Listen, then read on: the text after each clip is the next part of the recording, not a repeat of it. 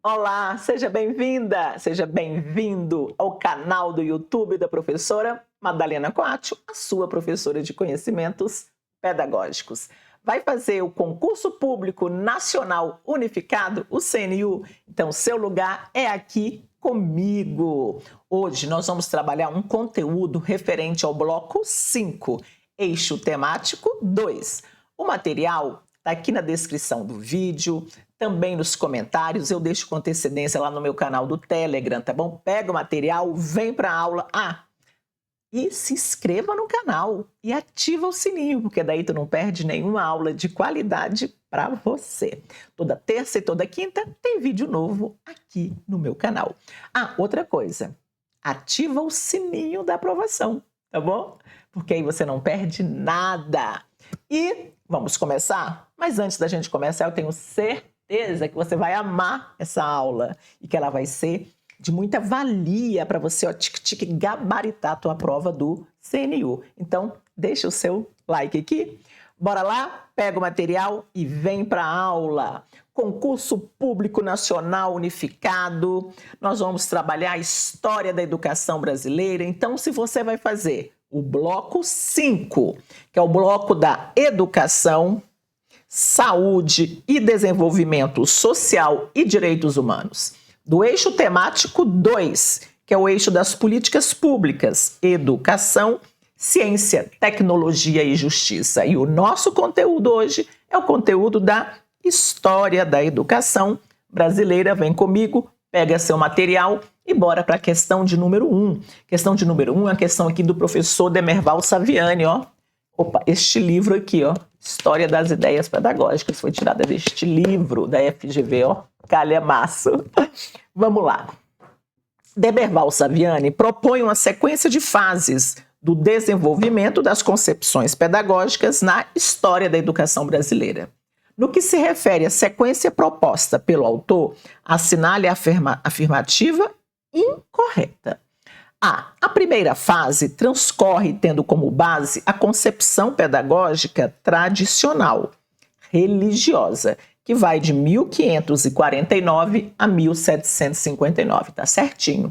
Então, o primeiro período aí da educação, né, brasileira ocorre de 1549 até 1759 e é denominado aí o período em que vai predominar a concepção pedagógica tradicional religiosa. B. Na segunda fase se dá coexistência entre as concepções pedagógicas tradicionais, religiosa e leiga, que vai de 1759 até 1932.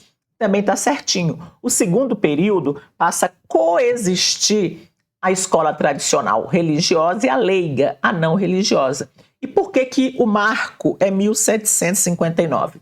Porque em 1759, Marquês de Pombal expulsou os jesuítas e daí passou a coexistir, a existir concomitantemente a vertente da escola tradicional leiga e da escola tradicional religiosa.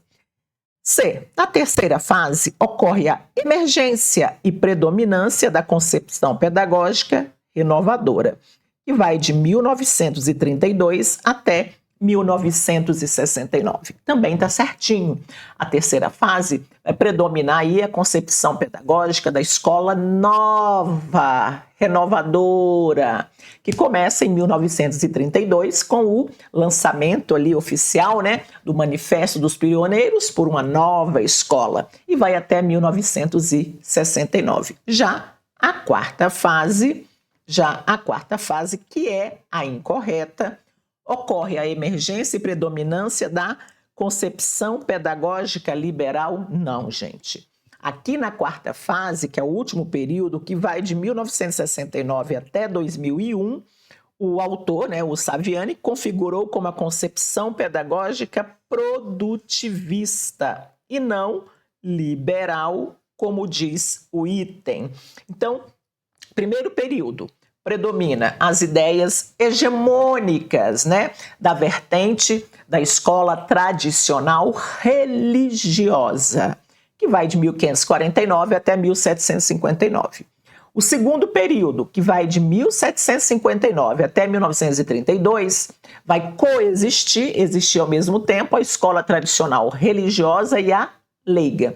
E o terceiro período, que vai de 1932 até 1969, é estudado aí o predomínio da pedagogia nova, da escola nova. E o último período, que vai de 1969 até 2001, vai ser a concepção pedagógica produtivista. Encontrou produtivista na prova? Pode fazer a troca mental com tecnicista. Certinho? Bora lá. Questão 2. Acerca da história da educação brasileira, julgue os itens. A educação escolar no Brasil, colônia, foi profundamente influenciada pela Igreja Católica, sobretudo pelos educadores jesuítas, cuja abordagem pedagógica era marcada por uma intensa rigidez na maneira de pensar e de interpretar a realidade e métodos de ensino, que privilegiavam o preparo, a seleção e o controle.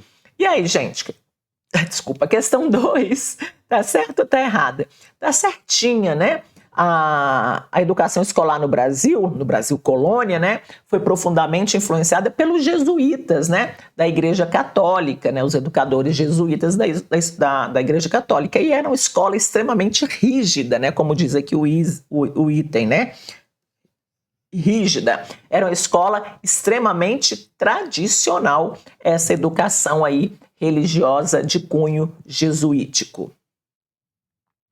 3, uma questão minha. No período colonial brasileiro, a educação estava alicerçada entre 3 esferas institucionais, que eram a escola, a igreja e a sociedade política / econômica. E aí, gente, esse item 3, o que você marca?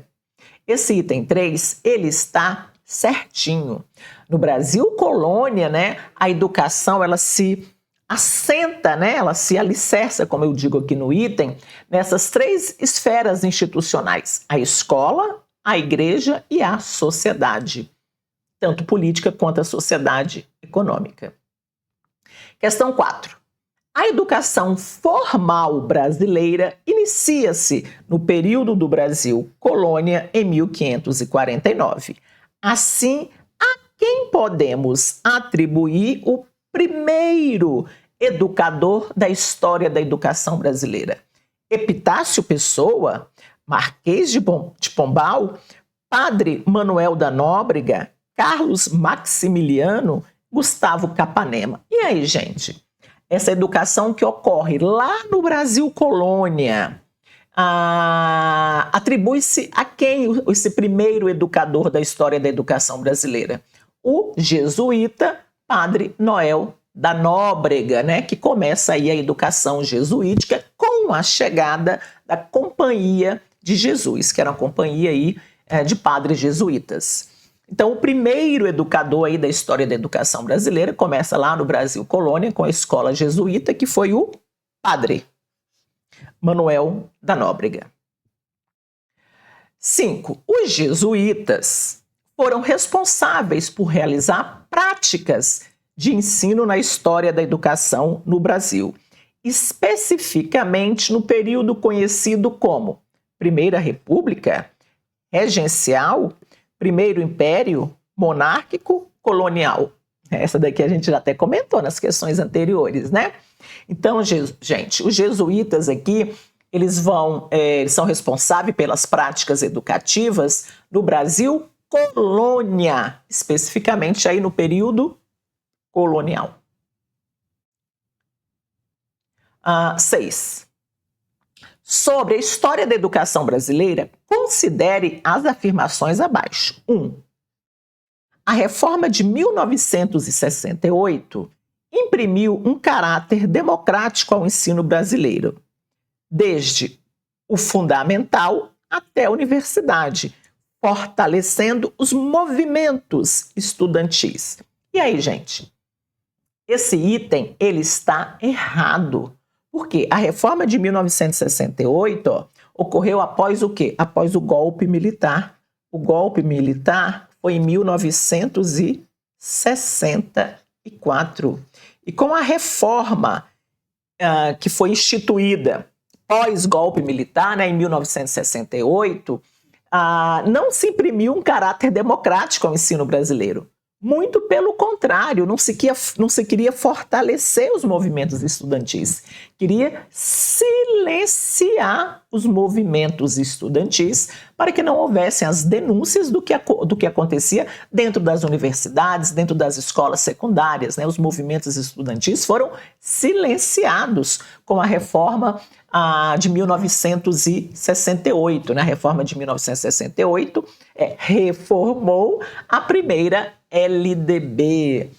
2. Durante a ditadura militar, houve propostas de americanização da cultura e da educação brasileira, expressas no acordo MEC-USAID. E aí, gente? Esse item está certinho, tá?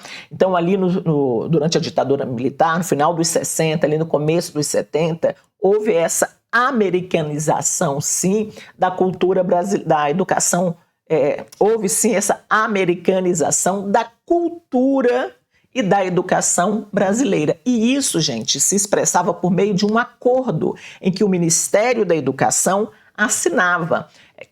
O nome desse acordo é esse daqui, ó. Acordo, deixa eu colocar em amarelo. Acordo MEC-USAID. O que é a USAID? A USAID é a Agência Internacional de Desenvolvimento dos Estados Unidos. Então, para se implementar a reforma instituída em 1971 por meio da lei 5692 de 1971, o Ministério da Educação assinou diversos acordos com essa agência internacional norte-americana, né, que é a USAID, é uma sigla, né, que significa Agência Internacional de Desenvolvimento Norte-Americano, né? E desses acordos, gente, vocês para terem noção, para se implementar a Lei 5692 de 71, que instituía a obrigatoriedade do ensino técnico aqui no Brasil, o financiamento a gente veio terminar de pagar no começo dos anos 2000. Então foram diversos acordos que o Ministério da Educação assinou com a USAID. Esses acordos ficaram conhecidos como acordos MEC-USAID. E 3. A Constituição de 1824, no Império, já previa a educação primária e gratuita. E aí, gente, você marca o que nessa questão aqui, na número 6? Previa ou não? Sim, já previa a educação. Estou perdida aqui. Sim, já previa a educação primária e gratuita. Então, nós vamos marcar a letra E. Só essa daqui que está errada, né? A primeira, porque a reforma de 1968, que alterou a primeira LDB, não instituiu um caráter democrático. Muito pelo contrário, foi um caráter ditatorial, né, de silenciar aí os movimentos estudantis. 7. A defesa da educação pública, gratuita, laica, ganhou força no país em 1932, com o Manifesto dos Pioneiros da Educação Nova. Seus 26 signatários é quem assinou. Quais foram? Entre eles Lourenço Filho, Anísio Teixeira, Fernando Azevedo, combatiam a escola, o que eles combatiam? A escola restrita à elite e combatiam uma escola ligada à religião. Os anseios se justificavam por quê? Porque em 1920, gente, o analfabetismo no Brasil atingia a marca de 80%. E aí vem o Manifesto dos Pioneiros da Escola Nova e fala, opa, do jeito que tá, não tá certo. E aí, esses 26 signatários, pessoas que assinaram o manifesto, lançam o manifesto, uma carta, um manifesto para o povo brasileiro, que eu não vou falar deles, não vou responder a questão. Segundo a professora Maria Cristina Gomes Machado, da Universidade Estadual de Maringá, o principal mérito do manifesto foi trazer à tona o debate sobre a escola para toda a população, independentemente da classe social. Gente, o manifesto ele foi tão importante para a educação brasileira que, pós-manifesto, ocorreu uma onda de leis e reformas da educação, que culminou, inclusive, na alteração da LDB. E o manifesto ele foi assinado tanto por educadores liberais quanto por educadores socialistas. Vamos para a questão. Nesse mesmo ano, que ano? De 1932, como diz lá o enunciado, foi criado o Ministério da Educação e Cultura, Administração, Esportes, Saúde Pública ou Meio Ambiente? E aí? Ministério da Educação e da Cultura, gente. Então, em 1930, houve a criação do Ministério dos Negócios, da Educação e Saúde Pública. Gente, foi criado o Ministério da Educação e Saúde Pública. Acho que eu falei cultura, peraí, tá? Então, recapitulando. Em 1930, deixa eu apagar, foi criado o Ministério da Educação e Saúde Pública, tá? Então, a partir do decreto 19.402 de 1930, cria-se, né, o Ministério dos Negócios, da Educação e da Saúde Pública. E o que esse ministério despachava? Ele despachava sobre assuntos relativos ao ensino e, evidentemente, à saúde pública e à assistência hospitalar. Então, além da educação, né, esse ministério também desenvolvia atividades pertinentes à saúde, ao esporte e ao meio ambiente. E o primeiro ministro da Educação foi o Francisco Campos. Continuando. 8. A história do MEC, como é conhecido hoje, começa em 1930, como a gente viu na questão anterior, quando foi criado o Ministério dos Negócios da Educação e Saúde Pública, no governo de... E aí, gente, na década de 30, quem era aí o presidente da República? Getúlio Vargas. Como se percebe pelo nome, a educação não era a única área tratada pelo Ministério, que também desenvolvia atividades pertinentes à saúde, ao esporte e ao meio ambiente. Somente em 1995, no governo... Quem era o presidente em 95? Tá pertinho da gente. Quem era o presidente em 95? Somente no governo Fernando Henrique Cardoso, FHC, a educação passou a ser atribuição exclusiva do Ministério, embora tenha sido mantida a sigla MEC, Ministério da Educação e Cultura. Então, gente, aqui nós vamos marcar a letra B. Então, o MEC, né? Essa questão cai demais em prova, tá? O MEC foi criado ali em 1930 e era chamado Ministério dos Negócios, da Educação e Saúde Pública. E tratava da educação, né? Do ensino, da saúde pública, do meio ambiente, do esporte. Aí, em 95, na era FHC, no governo FHC, o Ministério da Educação passou a tratar exclusivamente da educação, embora MEC, a sigla, tenha sido, continuou a ser, foi mantida. 9. As teorias da Escola Nova. Manifesto dos Pioneiros da Escola Nova, eu dei a resposta e vamos lá. As teorias da Escola Nova, trazidas e estudadas no Brasil por Anísio Teixeira, Fernando Azevedo, Lourenço Filho, dentre outros, marcam fortemente o pensamento pedagógico brasileiro e influenciam ao que denominamos na história da educação brasileira pedagogia libertária, Manifesto dos Pioneiros da Educação Nova, ECA, Estatuto da Criança e do Adolescente, Movimento por uma Educação Popular Renovada, Movimento Sindical no Brasil, horas. Isso aqui nós já sabemos, né?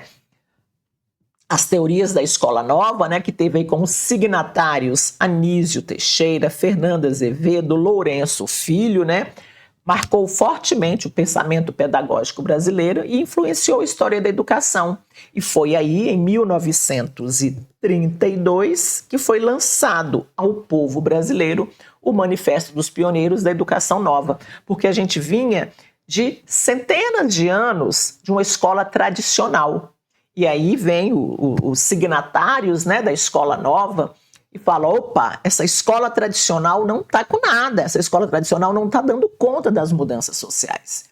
E havia um fosso de desigualdade educacional no Brasil. E aí o Manifesto dos Pioneiros da Escola Nova vem pedindo uma nova escola. Pioneiros por quê? Pioneiros é quem puxa, quem inaugura, né, os pioneiros de Brasília. E aí esses camaradas, esses 26 signatários, propõem uma nova escola. Que eu não vou falar as características para não responder as demais questões. Porque o manifesto cai muito em prova, tá? 10. Em 1932, foi lançado o documento Manifesto dos Pioneiros da Educação Nova, considerado um marco na história da educação brasileira. O manifesto defendia que a escola deveria, exceto a ter a organização da escola secundária de 6 anos em tipo flexível, proposta a preservar e a transmitir as culturas clássicas. B. Ter a educação primária gratuita e obrigatória. Defendia isso? Defendia. Então a gente não marca. Ser laica, ou seja, sem interferência da igreja, defendia? Defendia. Funcionar em regime de igualdade para os dois sexos? Funcionar em regime de igualdade tanto para meninos quanto para meninas? Defendia. Porque a gente tinha, até então, gente, uma escola para meninos e uma escola para meninas. E o manifesto defendia uma escola em regime de igualdade, tanto para meninos e para meninas. Então, o exceto aqui, que é o que a gente vai marcar, é a letra A. Não, gente, Escola Nova não se propunha a preservar e transmitir as culturas clássicas. Isso está lá na escola tradicional. Então, agora sim eu vou falar para vocês o que o manifesto defendia. Defendia uma escola pública, obrigatória, laica. A mesma escola para meninos e meninas, uma escola de qualidade. Então, resumidamente, o manifesto dizia, nós, povo brasileiro, nós temos direito a uma escola pública, gratuita, obrigatória, laica e a mesma escola para meninos e meninas. 11. As propostas de uma educação mais democrática foram abandonadas com o início do regime militar, em 1964. Paulo Freire, que nasceu em 1921 e morreu em 1997, foi exilado no Chile. E a Escola Nova deixou de ser considerada para as políticas públicas, que inaugura aí um novo período, né? Com o golpe militar. O novo governo manteve a preocupação com a industrialização crescente e o foco em formar um povo capaz de executar tarefas, mas não de pensar, mas não necessariamente de pensar sobre elas. Também foram assinados acordos entre os governos brasileiros e norte-americano. Falei agora há pouco, que foram os acordos MEC-USAID, que vem sendo discutido há alguns anos e previu a vinda de técnicos para treinar os professores. Saviani afirma que a meta do governo lá no regime militar era a elaboração de um plano de educação com a escola primária voltada para uma atividade prática e o segundo grau. Propedêutico, que ensinasse os conceitos básicos para as disciplinas específicas, não se propunha uma escola propedêutica. O que é uma escola propedêutica? De educação geral. Os militares não propunham isso. compartimentado, né, dividido em cursos chamados científico, normal e clássico. Também a proposta do segundo grau não era essa. Isso aí a gente até já tinha. Em horário integral, que contava com aulas preparatórias para vestibular. KKKKKKK. O governo militar não queria o povo na faculdade, não, meu povo. Generalista, com ênfase no terceiro ano, que requeria a escolha de uma carreira. Muito pior. O segundo grau proposto era um segundo grau técnico, que preparasse o estudante para para o mercado de trabalho.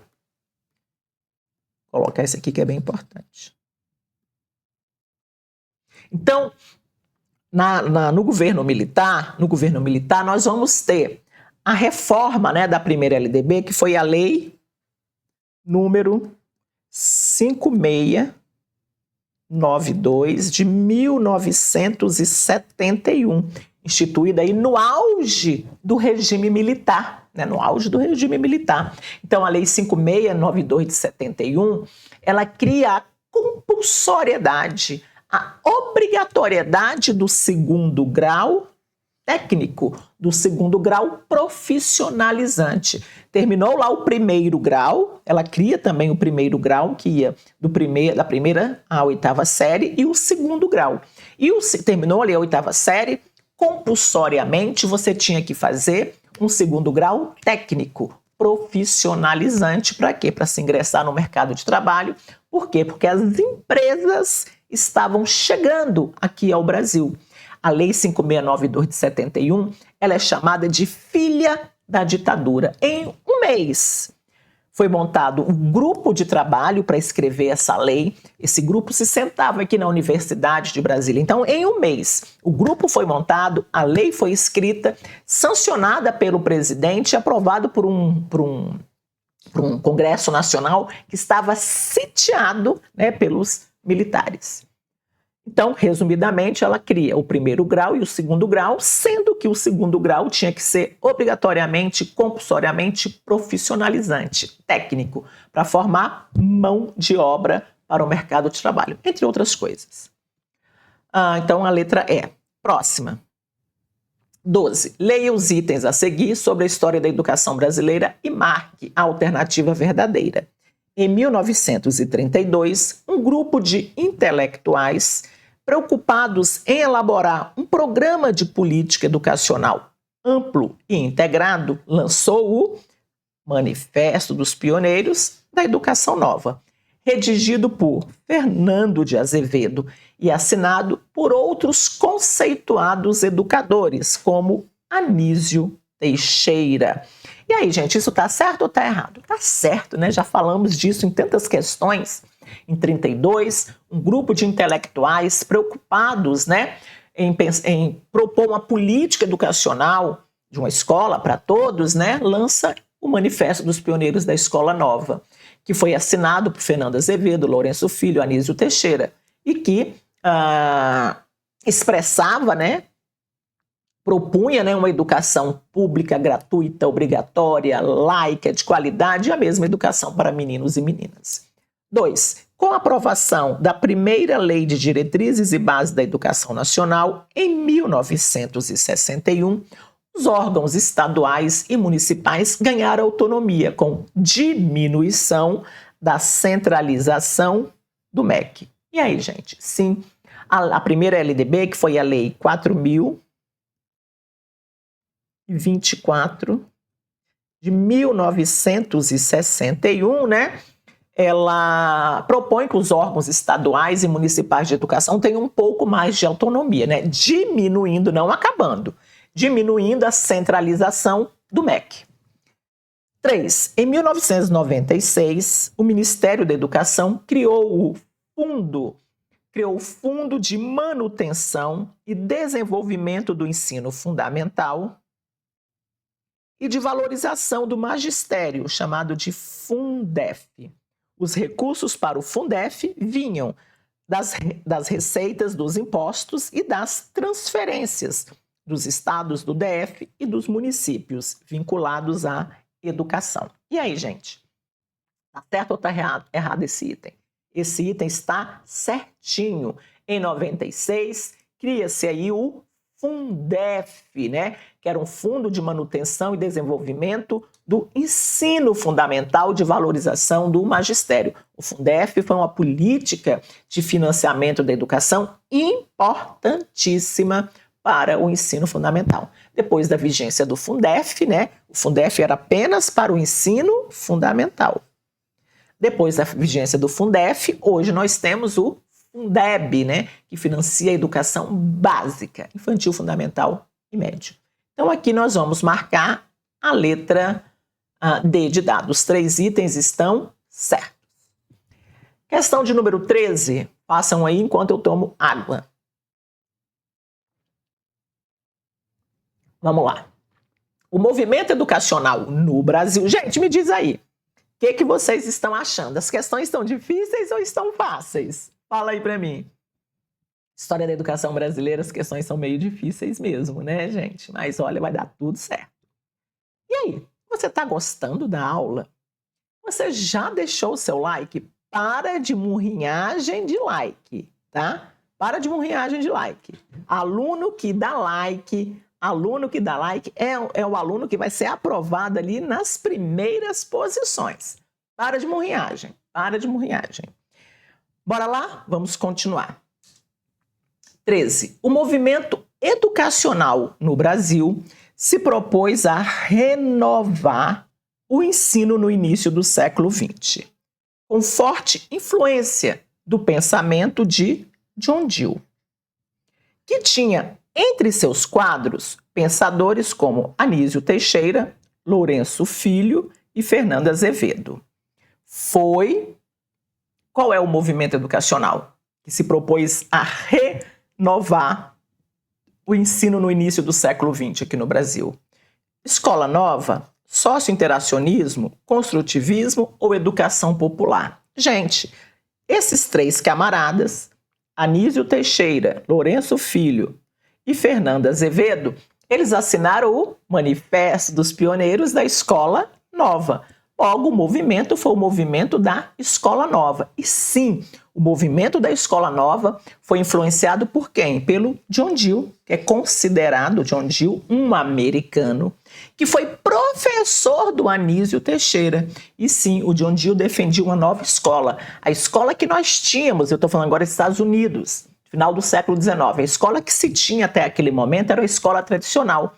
E aí o John Dewey vai dizer, não, essa escola não está dando mais conta de formar um aluno sintonizado com as mudanças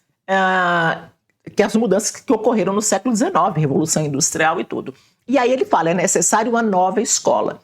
E as ideias do John Dewey foram trazidas para o Brasil pelo seu aluno, né, o Anísio Teixeira, e daí, início do século XX, em 1932, é lançado o Manifesto dos Pioneiros da Escola Nova. 14. O Manifesto dos Pioneiros da Escola Nova propunha escola pública única, que ofereceria educação comum igual para todos. E aí, gente, propunha ou não propunha? Propunha, tá? Propunha uma escola pública única que ofereceria educação comum e igual para todos. Como eu disse anteriormente, a mesma escola para meninos e meninas. Porque o que a gente tinha até então? Uma escola para meninos que ia formar o advogado, o médico, o jornalista. E uma escola para meninas, que ia formar as meninas prendas para o lar, tocar piano e falar algumas línguas. Era só isso. E aí vem o manifesto e fala, peraí, a gente precisa da mesma escola para meninos e meninas. Então a gente vai marcar a letra A e vamos ver por que não é as outras. A obrigatoriedade de uma escola pública, não laica, nunca precisou. O manifesto defendia uma escola laica, sem interferência das religiões. Proibir a coeducação, ou seja, a educação de alunos de sexos diferentes no mesmo ambiente. Queria, como eu já falei aqui na letra A, queria uma educação, defendia a coeducação, né? A mesma educação para meninos e meninas, e não proibir. D. Uma educação essencialmente particular, de acordo com as condições das pessoas? Não. O manifesto defendia uma escola pública, gratuita, obrigatória. E a outra, retirada da autonomia da função educacional, subordinando essa à política vigente. Não, não se queria retirar a autonomia. Então, aqui o que o manifesto propunha é a letra A. Próxima. Sobre o manifesto dos pioneiros da educação nova, julgue o item a seguir. Vocês repararam como tem questão do manifesto dos pioneiros da escola nova? Pensa. 15. Lançado por vários educadores em meio ao processo de reordenação política resultante da Revolução de 1930, o documento, manifesto, se tornou o marco inaugural do projeto de renovação educacional do país e, além de constatar a desorganização da escola, propunha que o Estado organizasse um plano geral de educação e defendia a bandeira de uma escola única, a mesma para meninos e meninas, defendia a escola pública, laica, obrigatória e gratuita. E aí, gente, o item está certo ou está errado? O item está certinho, tá? Essa questão 15, que é uma questão agora de 2024, 1932 foi um manifesto. Então, essa questão aqui, ela resume, lindamente um manifesto. Foi assinado por vários educadores, tanto socialistas quanto liberais.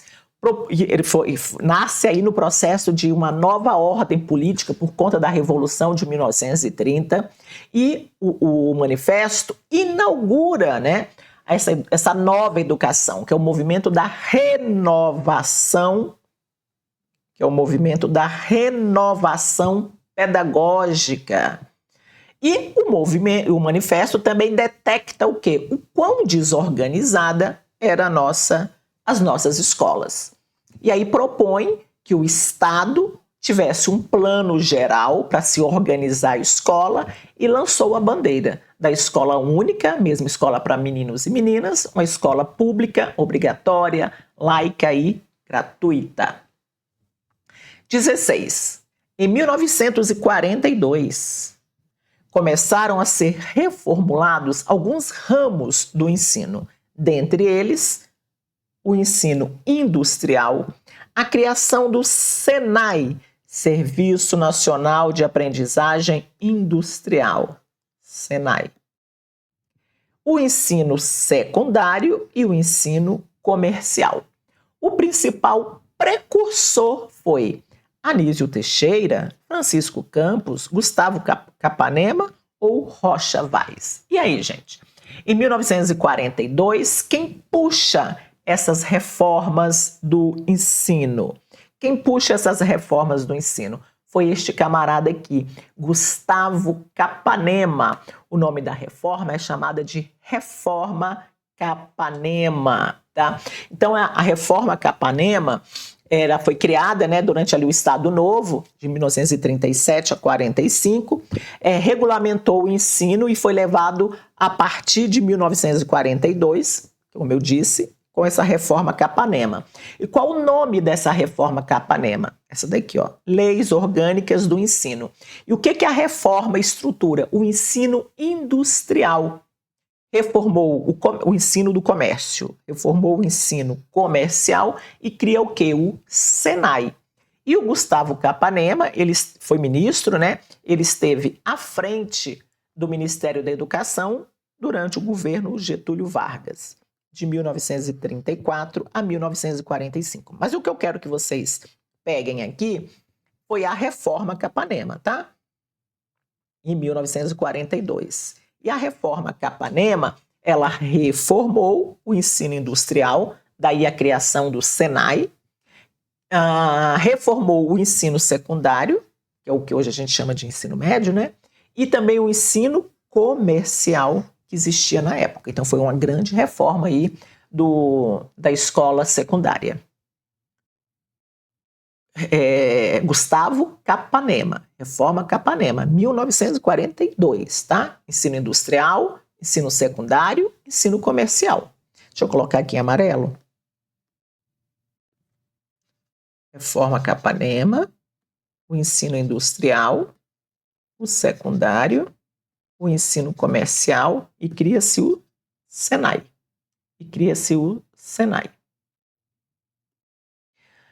17.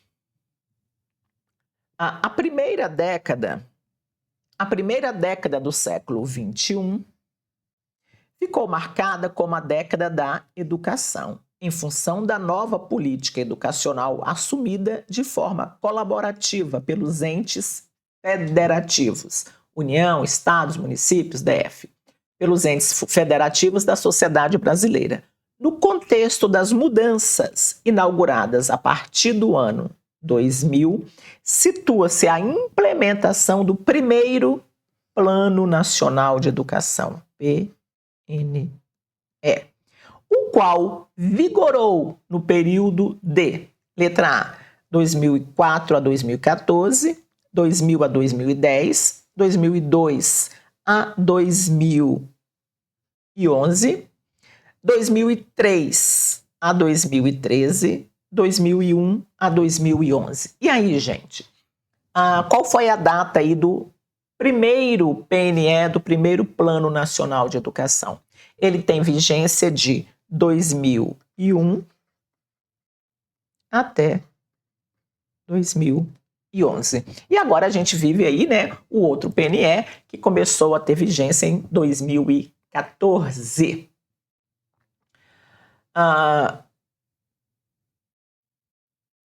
Deixa eu limpar aqui. E o PNE foi instituído pela Lei Federal 10.172 de 2001, com vigência até 2011. 18. A Constituição Federal de 1988 é um importante marco referencial na elaboração de políticas públicas para a educação básica do Brasil. Nessa perspectiva, é correto afirmar que as políticas públicas para a educação básica devem ser construídas levando-se em conta os interesses dos partidos políticos, nunca precisou. São direcionadas para apenas uma parcela da educação? Não, gente. As políticas públicas, né, de educação é para todos, né? Não apenas para uma parcela. Dependem da vontade individual dos representantes públicos. As políticas públicas têm que ser levadas a cabo, a efeito, por todos os representantes do povo, né? Vontade individual. Não, gente. As políticas públicas têm que ser política de Estado e não política de governo. O Plano Nacional de Educação é uma política de Estado, não pode ser política de governo. As políticas de Estado têm que estar acima das políticas de governo. Continuando. D. Devem garantir o acesso à educação de qualidade? Sim.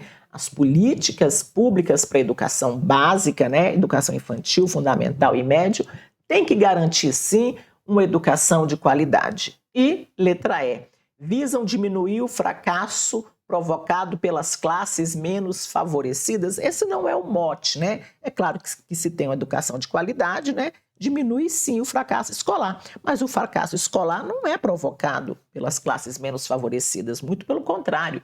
As classes menos favorecidas, elas são, entre aspas, né, vítimas, né, de toda uma estrutura educacional que não democratizou o ensino brasileiro. Próxima questão, 19.